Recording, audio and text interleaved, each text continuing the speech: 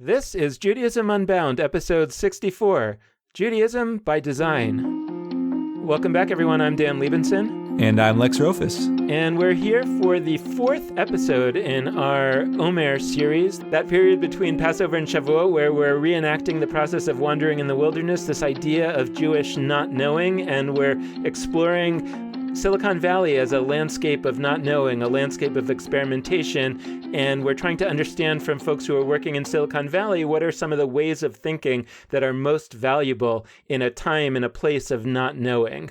We've put together this series with our friends from the Ashman family JCC in Palo Alto. We're really grateful for their help in putting the series together. And today our interview is with Jesse Dorogusker, who is the hardware lead at Square, the company that helps you take your credit card payments on your mobile phone.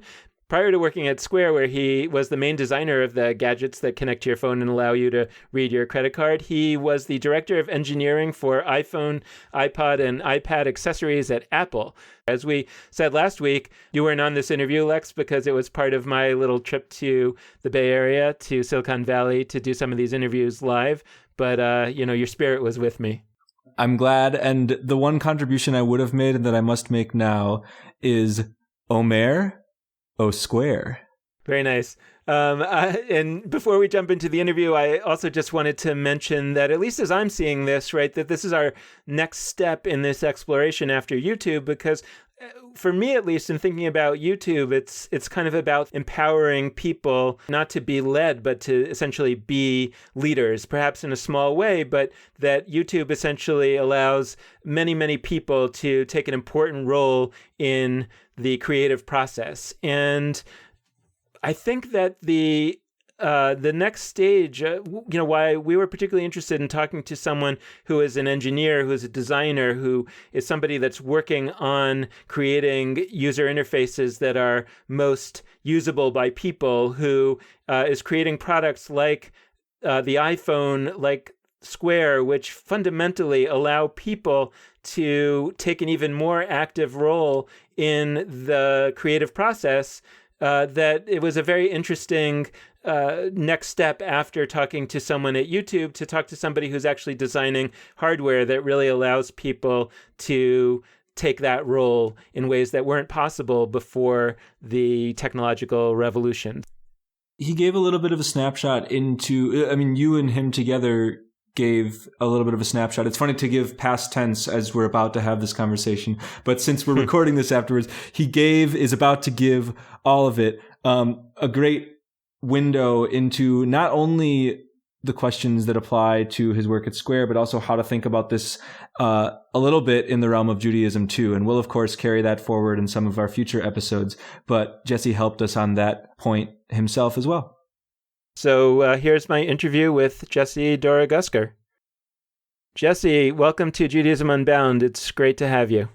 Of course, it's great to be here. So, I was just thinking that, first of all, could you just tell us a little bit about your background and how you got into your work? Sure. I'll start from the beginning. And most people in tech around here that I hear from and talk to, they usually start with a story about being an early tinkerer, taking things apart and wanting to be an engineer from the very beginning. That is absolutely not my story. I wanted to be a rock star and I wanted to be a baseball player. And it's potentially the failure of both that led to other opportunities, but maybe also a deep interest in design and building that just emerged.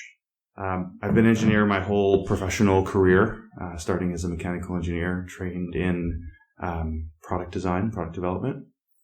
And I've worked at a variety of big and small companies over time, the biggest being Apple, which was Apple Computer when I started, changed their name to Apple Inc. somewhere along the way. And the smallest was a 4-person team of engineers doing product development for a variety of startups in the Bay Area during the dot-com boom. And now? Now I lead the hardware team at Square. We do our best to make sure that everyone has access to the financial system of record, which is that most people pay with credit cards. Mm-hmm. So merchants of all sizes, especially the small businesses, even businesses that don't yet know they're businesses or wouldn't even describe themselves as businesses. Can we start to just, for you to give us some sense of how you think about how you have thought about when you've had these challenges of saying, I'm going to be either designing something new, or I think even more central to what we're looking at, I'm going to be redesigning something that is a version of it is out there, but we're taking a new approach to it. What are the pieces that go into your thinking when you look at a challenge like that? Empathy is number one. You have to think carefully about who you're designing for and what their experience is, what it is they're trying to accomplish. I think the approach of redesigning something, which is itself, it's a narrow set of product design, can be limiting very fast. It's a zero-sum mentality. If I'm to design something, it's going to be against this other thing that's currently designed, and my success will be the removal of this other thing that existed before it.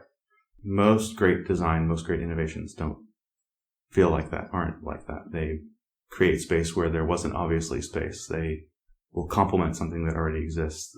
But in the area of product development and innovation, I think it's better to think about the bigger spaces that haven't yet been identified. Well, let's talk about Square in that context, because I think, maybe it's a strained analogy here that I want to make between between credit card payments and Judaism, right? But in a sense, right, we're talking about a thing that you could do, take payments through credit cards, that was very limited to a very small, relatively speaking, subset of the population, which had to, I don't know exactly, you know better than I, that had to invest in all sorts of technology and relationships with businesses that process credit cards, et cetera. And the innovation of Square was essentially to put that capability in the hands of any person. So I guess two questions I have about that. What was the intent at the time of creating Square? And then how did the design of the technology play into that? And what are the factors that had to go into the question of how do we make this thing now accessible to anybody? I'll start with the founding story of Square. One of the co-founders is a glassblower, and he made beautiful glass art and tried to sell it, and was in a position to sell his art one day to someone who wanted to buy a water faucet, an ornate, beautiful glass water faucet. And Jim didn't accept credit cards because small businesses, entrepreneurs didn't at the time. And he had a customer who said, "I don't have cash on me," and lost the sale. And Jim called his friend Jack, our other founder, and was complaining to him about it, and realized the irony that he was holding an iPhone. He was holding a supercomputer that was talking to the sky and his friend in some other place, yet he didn't have the power to accept a 16-digit number imprinted on a piece of plastic that someone willingly carried around with them as a form of payment. And that seemed like a big disconnect. So it was personal experience on Jim's part and very fast empathy on Jack's part to realize that Jim and people like Jim were excluded from the rails of commerce. They quickly determined that there were over 20 million businesses in the U.S. that were not accepting credit cards because they couldn't. They were excluded for some interesting reasons, ranging from interesting to bad reasons, excluded from this. And it has been the mission of the company, the purpose of the company, to provide economic empowerment in the form of making this technology more accessible to people. There are hundreds of millions of cell phones connected to the internet. There are 1 billion credit cards in people's pockets. What is the simplest way to tie them together? What is the most accessible, inexpensive, easy to distribute, lightest, put it in your pocket kind of way to connect those two things? That insight, I absolutely won't take credit for that insight. Jack and Jim's insight was that the problem became simpler and no one noticed.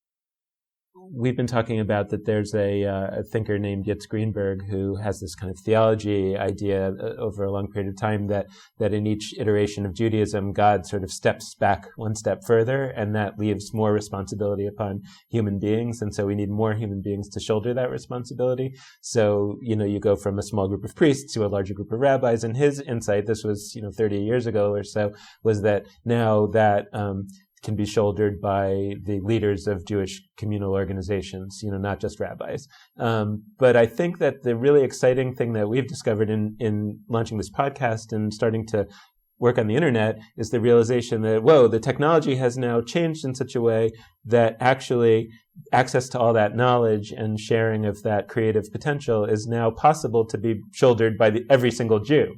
And that just didn't exist 30 years ago. And so the insight of Yitz Greenberg is probably the same insight that we're working with right now. I would put it in different terms, less theological, but it's the basic same idea. And yet it's because of something that's happened in the intervening 30 years that all of a sudden makes that idea accessible on a completely different level.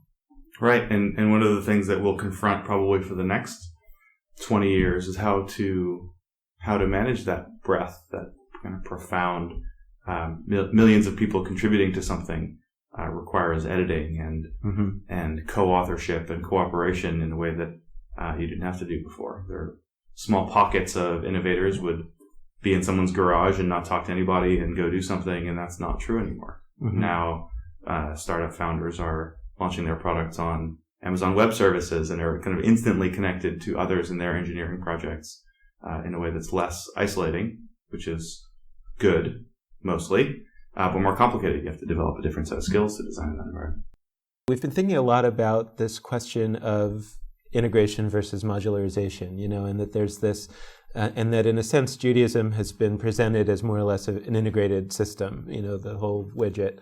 And for various reasons, especially when we're talking about people that are not participating in Jewish life, it's not that they want evolutionary change with that system. They're just not, if it's going to be only presented as a system, it's got all this stuff that they're not interested in. They're just not going to want it. So our question is kind of like, okay, so if step one is modularization and sort of allowing people to have access to all the pieces of Judaism independently, on the one hand, that's really exciting and that's really enticing to people that I can just play around with one piece of it. But like I think I heard you saying, then it creates a huge mess. And I assume that happens in the technology world too. And so how do you kind of as a designer, as an engineer, as a person who works in a company like Apple, which ultimately is trying to integrate things back together, I think, how do you think about that process and the different phases of it? I think the place where the art meets the science is picking the right modularization. Some people would describe a product as a hierarchical pyramid where the bottom is the utility, and then the next layer up is maybe how accessible it is, and the next layer up would be how nicely it works, and next layer up would be cost accessibility, and above that might be the design aesthetic. And a weak description of the modular or getting started version of that is to just do the bottom layer, to just do the utility. And products like that or ideas like that tend to, one, have no character, and two, not be as modular as you think, because you can't take that utility and snap it on to anything actually or conceptually that makes it good, that makes it whole for you. If instead you think of a slice of a cake that's the other axis where you get a little bit of the utility and a little bit of the user interface and a little bit of the really thoughtful design aesthetic and a little bit of cost sensitivity and a little bit of good distribution, you have a smaller piece that in its own right is whole, even though it's smaller. Well, as you're talking, I'm thinking, like, is Judaism the apple or the square in this story, right? Or does Judaism want to be the apple or the square in this story? And I think that Judaism has thought of itself as the apple, right? As the iPhone, as the main, the hub, and yeah, we could attach other peripherals to it, but Judaism is the hub. And it's interesting to think about what it looks like if something else is the hub, whether that's being an American or the digital age or however we want to define that new hub of our existence in the world. We've talked about this on our show as Judaism moving from being an OS to an app. Maybe actually this connects to the theme of this series, the Wandering in the Desert period is when you turn it into a bunch of apps. And maybe it turns into another operating system, maybe it finds a happy place to be as an app or a peripheral. The way that I heard you describe Square was, right, that we've found this brilliant way to not have to be the hub because somebody else did that, right? And that's an exciting possibility as opposed to sort of a depressing sense of our smallness. Well, I think you're describing a forever quest to figure out where you fit in. I think in Square's case, we did find that complementary position between smartphones and credit cards, but we also are aspiring to be if not the hub, I'm not sure I'd use that word, a profoundly important part of a person's business life, the tools they use for business. And we've kicked around phrases about an OS for your business, an app for your business. We actually do provide apps for your business. That analogy I don't think is working for us. You won't hear it very commonly in the way we talk about ourselves. But it's a good question to ask. It is about where you fit in, and you have to do that from the perspective of the customer, about the many ways that Jewish life or technology or a product can fit into their experience. Apple, with the iPhone, I think, interestingly, suddenly found themselves in a position of not being the minority. The laptops, the computers were the minority shareholder, market shareholder, but really had some standout character to them. With the iPhone, I think that's been turned upside down. It's a really interesting cultural challenge for the company to be the market leader, to be the mainstream, and have that high sense of remarkability. I want to go back to that customer-focused part, but before we do, as you were talking, I was just reminded of another guest that we had on our podcast who talked about, the analogy that he gave was a restaurant that, was like a big restaurant like P.F. Chang's or something like that, right? It occupied a huge amount of space, and for some reason that business wasn't working anymore, and they had this big piece of real estate, and they decided to turn it into a food court. Right, and the question becomes, so there's the business decision whether we are willing to go out of business as a restaurant and use our facility as a food court, because that's how people want to eat now. But in a way, the deeper question is, are we willing to turn our restaurant into one of the stalls in the food court? Or is that too sort of harmful to our sense of self? That it would be better to go out of business or just completely change our business than to accept this reduced role as a stall in the food court. I think that's a really insightful question. And if you read a bunch of Clayton Christensen's work about jobs to be done, there's a real, in a good way, I'll say it negatively first, there's a coldness to we should just make an observation and figure out what we need to make, even if the answer is, my business doesn't exist, I don't have the position that I think I should. A few of his examples are they wrap up nicely. A fast food place that's selling shakes in the morning thinks they're selling shakes to kids that are delicious. What they're really selling are shakes for commuters who want something hearty on their way to work, and it gives them a different point of view on exactly who it's for and what. But there's an underlying assumption there that they are a food business and they can still do this profitably, and that vanishes a little bit. There's another good example about the Chicago architecture tour. I think this is from his writing. There was a tour of architecture that you would do from a boat in Chicago. Spectacular. And they thought the goal was to educate people who are already interested in architecture about architecture, and they were catering to students, and they were trying to drive the price down and make it more and more accessible. And what they realized from talking to their customers is they're mostly out-of-town guests who are looking for something uniquely wonderful with shockingly no price sensitivity to how what they'd pay for how wonderful a tour that was. But again, that's a hero story that keeps the architecture tour in business, in fact, in a more flourishing business.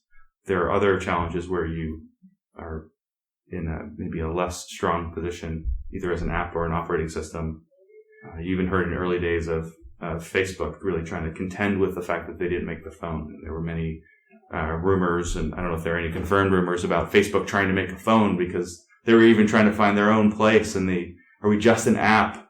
We're driving so much important usage to Apple and Google and Samsung and LG. Why aren't, what's the liability of being in our position outside of that ecosystem? So even the big successful ones contend with that. When you talk about this empathy dimension and the understanding what people need and are looking for, what are I guess let's start with, how do you go about that as a business? How do you, really practically, how do you assess that, and how do you do the kind of things that Christensen talks about, where he says, if you ask these surface level questions, that you're going to get it wrong. You're going to understand where the desire is, but you're not really going to understand the deep job to be done. How do you really get there? And then I'd want to sort of pursue this question of, when we're thinking about something like Judaism, that's not a business, but somehow we still have to go to the non-participants and understand deeply, is there something missing from their life that maybe Judaism could, right? That's the question. Maybe it can't, but let's start by understanding if there is something that they're needing. And then the next question, I guess, would be, is that in our DNA to accomplish? We tend to have some notion in mind of what Judaism is. And when we think of what Judaism is, I think we're thinking of some version of an integrated system. It may be Reform Judaism, so it's a different integrated system than whatever traditional Judaism was in Eastern Europe 300 years ago. But nevertheless, we're thinking of it as basically an integrated system. And so then we say, okay, well, what does this integrated system do? And I think we tend to think about it as a kind of a marketing challenge. Is there a way that we can make the pitch that this system can work for you? And I'm trying to sort of play out what would the opposite direction thinking go, where it says, so this is me, Dan, personally talking, saying, like, if I think about all the desperate needs that I have in my life, probably dominant among them has to do with parenting, right? It has to do with how do I be a good parent, sort of in terms of how do I raise my children well? And then there's a question of just the practicalities of being a parent, like how do I pick my kid up from school on time and, still have a job? And it feels to me like, what would it look like if we started by being profoundly focused on that job to be done in the way that you with Square, or that the founders of Square had understood that there was this particular deep problem that people are facing, which was, how do I take money? I mean, that was the driving problem. So it's almost says to me like, if there was a project that sort of focused on the most desperate human need that's out there that's not really being met by anyone else, which is how to be a good parent. And then it's like, okay, now how do we think about the bringing the Jewish content to bear on that, right? We have to think modularly, right? So we have to first say, okay, we're going to not throw away, but we're not going to pay any attention to like any of the Jewish stuff that doesn't have to do with being a good parent, right? And I mean, that's sort of that's like the thinking question. Like, how do we look to a product or a way of doing things that does exist in the world, but we're gonna be pulling pieces of it out and rewiring it and turning it into some kind of new product that's going to meet this very limited need that we've identified, with the expectation that over time, like you're saying with Square, yeah, that's how we started, but then now we're going to start building on that. You brought up the parenting example. For me, it was the preschool here at the JCC that was that connection for me. My wife and I wanted to send our kids to preschool. Our starting position was not that we wanted to send our kids to a Jewish preschool. We were focused on parenting. We had two little kids at the time, and you can imagine many listeners will know that not a lot of other things you can think about when you have two kids under two, other than having those children and thinking about bringing them to preschool. So you have to meet people where they are. The other thing is that you have to have some thesis of why the integration matters, even if it progressively reveals itself. So having a fitness center at your JCC is a nice amenity. Certainly someone who's already all in would see it as a nice amenity. It's also possible that you would attract someone to the JCC because of the fitness center. For some reason, it's convenient for them, and they could use it in isolation and never engage with any other aspect of what the community has to offer. And I don't know that you'd consider that a failure case, but you certainly wouldn't call that out as a thing that revealed the value of the integration. I think what you'd call the value of integration would be the friendships formed, the flyers you pass by to see what programs are available, and maybe one catches your eye, and then you begin your engagement just because you wanted to go lift heavy pieces of metal and make your muscles bigger. Like it started, you met someone where their need was, and then you had a strong thesis for the value of integration, even if you didn't try to sell that thesis to all people all the time at the very beginning. That's one pathway is to see the value of the integration, but the other pathway that I think sort of matches more to, I think, Square's pathway and where Square wants to go, right, is saying that we're going to start with this modularized meet people where they're at. It does one thing. It takes credit cards attached to your phone. But we do have an aspiration to build a system over time.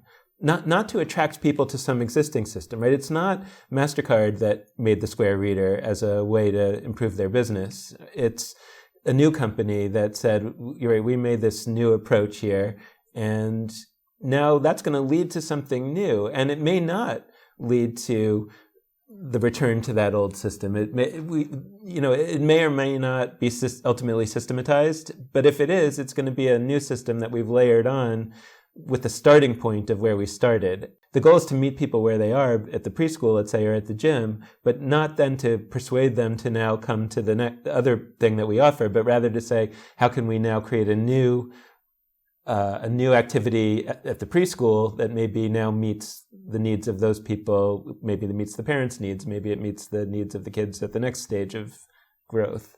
Right. I think we're talking about profoundly different timescales. Square's been around for 8 years. The smartphone existed for the entirety of the company's history. The iPad was invented kind of early in its history. We've really only existed in one era, one fraction of an era. And we are growing, and our thought is growing as our product is growing, as the industry is growing. We're kind of growing up together. The challenge for Jewish life, I think, is it should be a huge asset of thousands of years, but a lot of entrenched ideas and underlying assumptions that sometimes are universal and sometimes aren't as universal as you think, and need re-examination over time. If Square becomes the lasting company we all think it will be, we'll contend with things in 20 years, 30 years that fundamentally challenge the facts and behaviors that we built the company on. I referenced the billion credit cards in people's pockets in the U.S.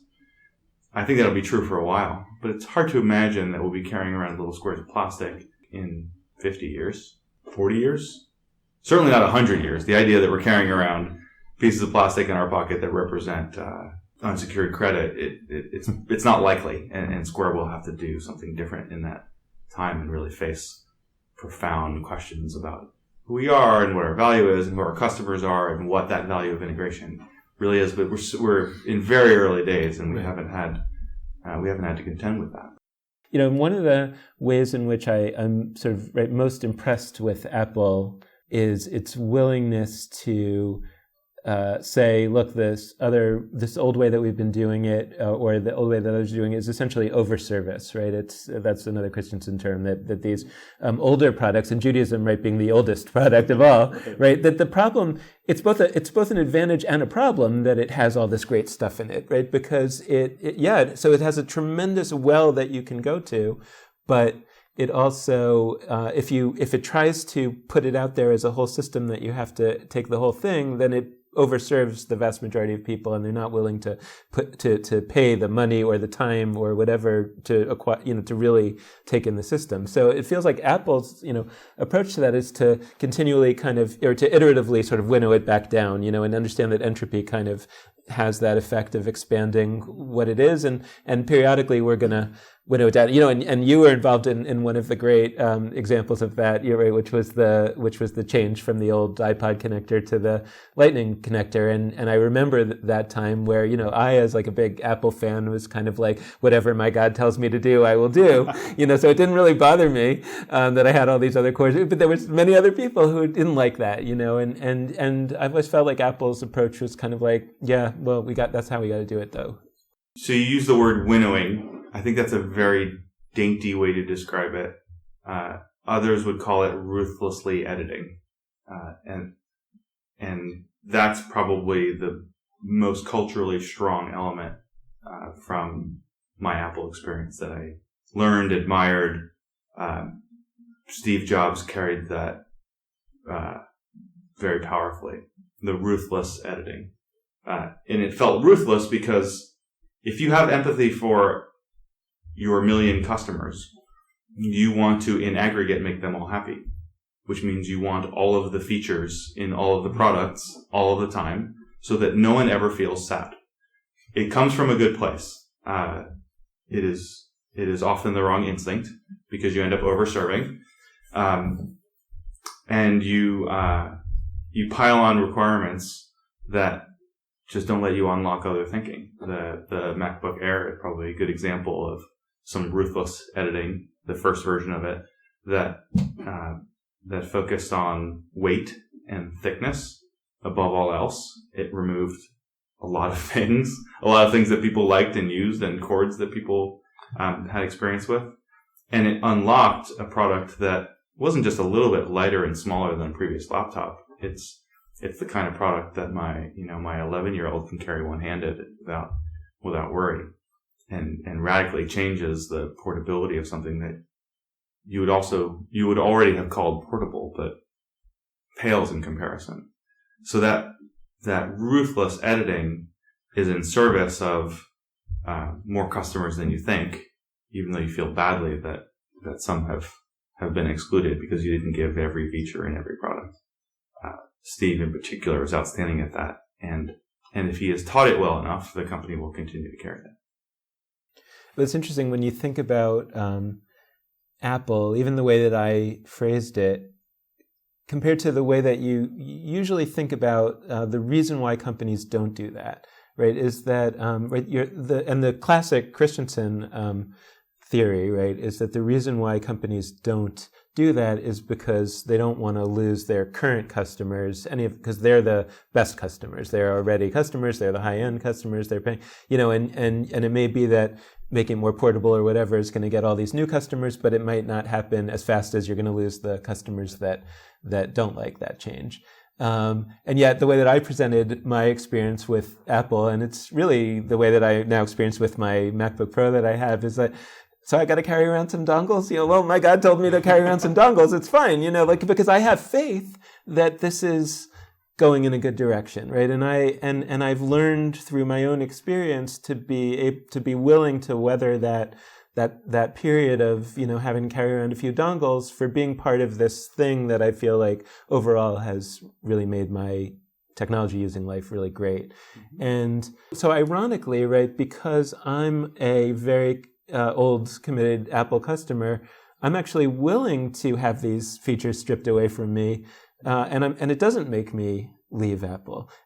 Now the question is that a unique situation for Apple because they've created such a cult of support among their customers, or can others learn from that to say, what, if you actually build a strong enough relationship with your customers, your participants, your members, you actually can win their confidence so that you can do that ruthless editing periodically. And actually, if you don't do the ruthless editing, you're going to lose them because even your best customers are going to end up overserved. Or not. I mean, that's the question that I don't know if you have any thoughts on that or insight on it from other companies.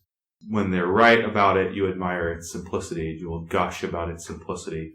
The Amazon Echo looks simple, is simple. It has 2 buttons on it. I haven't touched them yet. I actually don't even know what they do. Yeah, me too. Could have edited it a little bit more, maybe. I think one of them is mute, which maybe I'll use one day.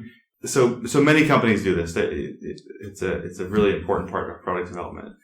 What you owe on the other side as a product developer, though, is a remarkable product on the other end. Mm-hmm. Ruthless editing can't be just a thing you put on the wall and you measure people by their ruthlessness and their number of edits, and you reward them based on that. It has to be in service of a remarkable experience for a customer condition that you can describe, a la the jobs to be done framework of saying that someone's trying to accomplish this.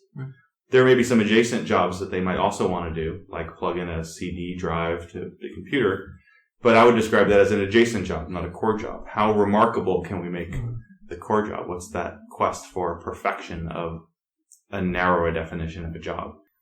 Yeah, and I mean, I think that's the sort of concern that I would raise about Judaism, is that is it, again, as a system, as a product, is it remarkable? And my fear is that it is not, that it has remarkable features, 100% it does, but that the product as a whole is not remarkable today.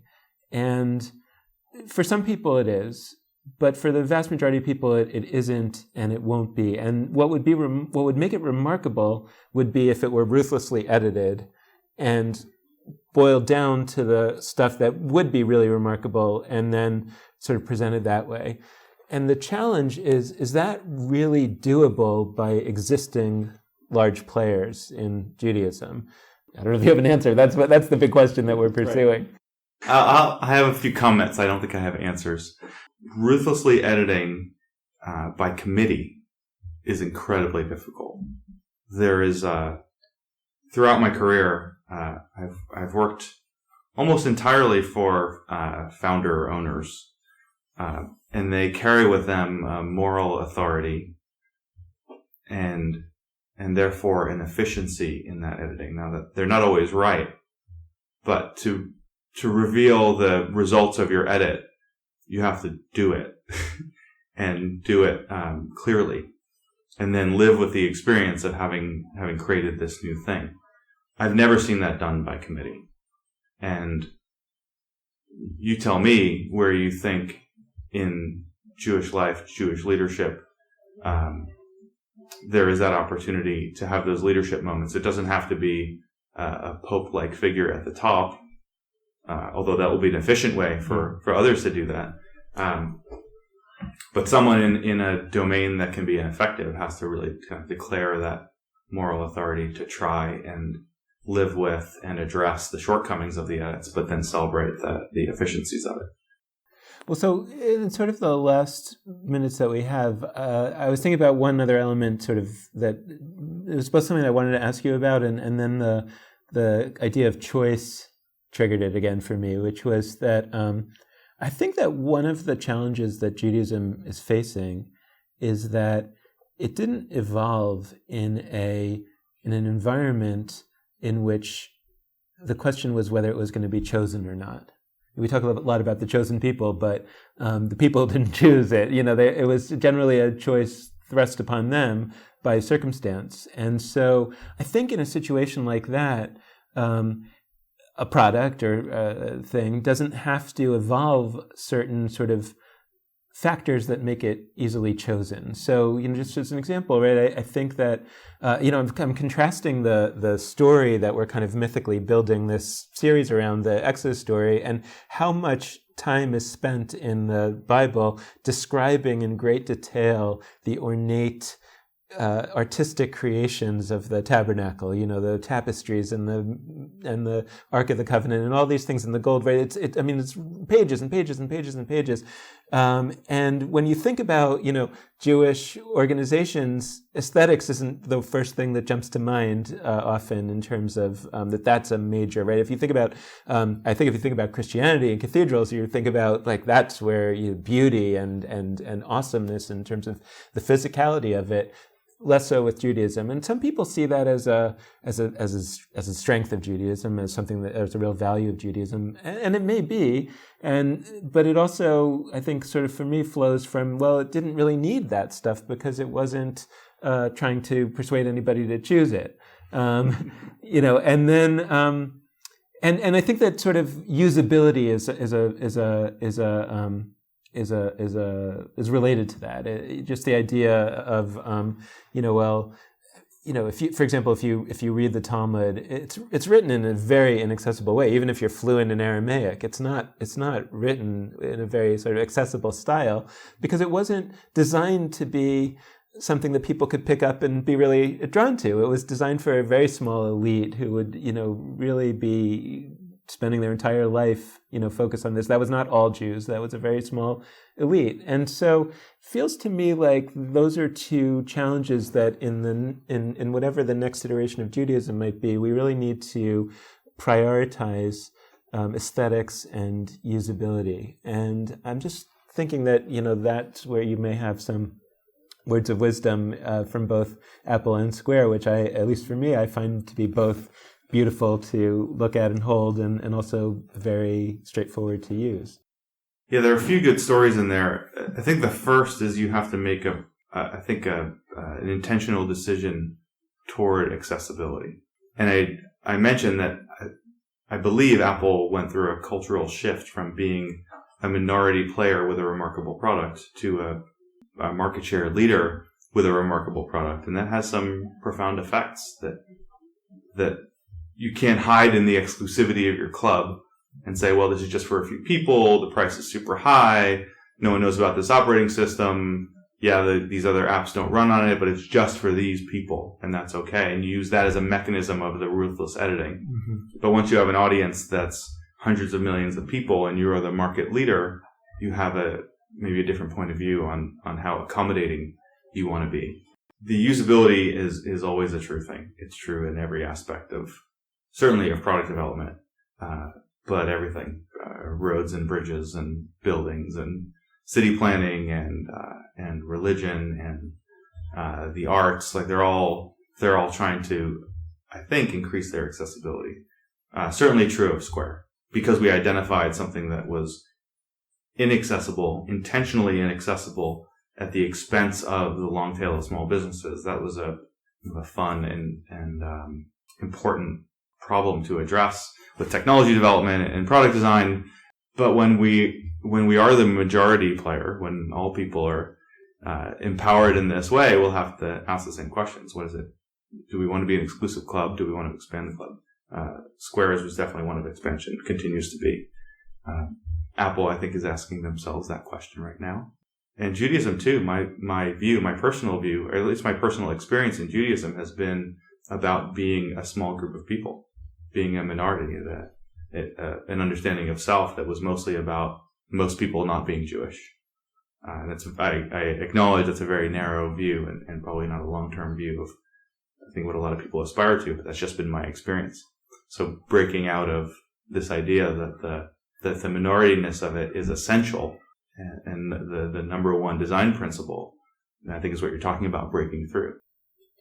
Yeah, and I think it's really interesting that just this question of, right, if we did, this is something that we've talked about on our show a lot too, right? If we did take a different approach to Judaism, whether that was a modular approach. I mean, think about sort of yoga, for example, as a modularization of Hinduism, and it caught on hugely, and so many people that are not Hindu participate in yoga.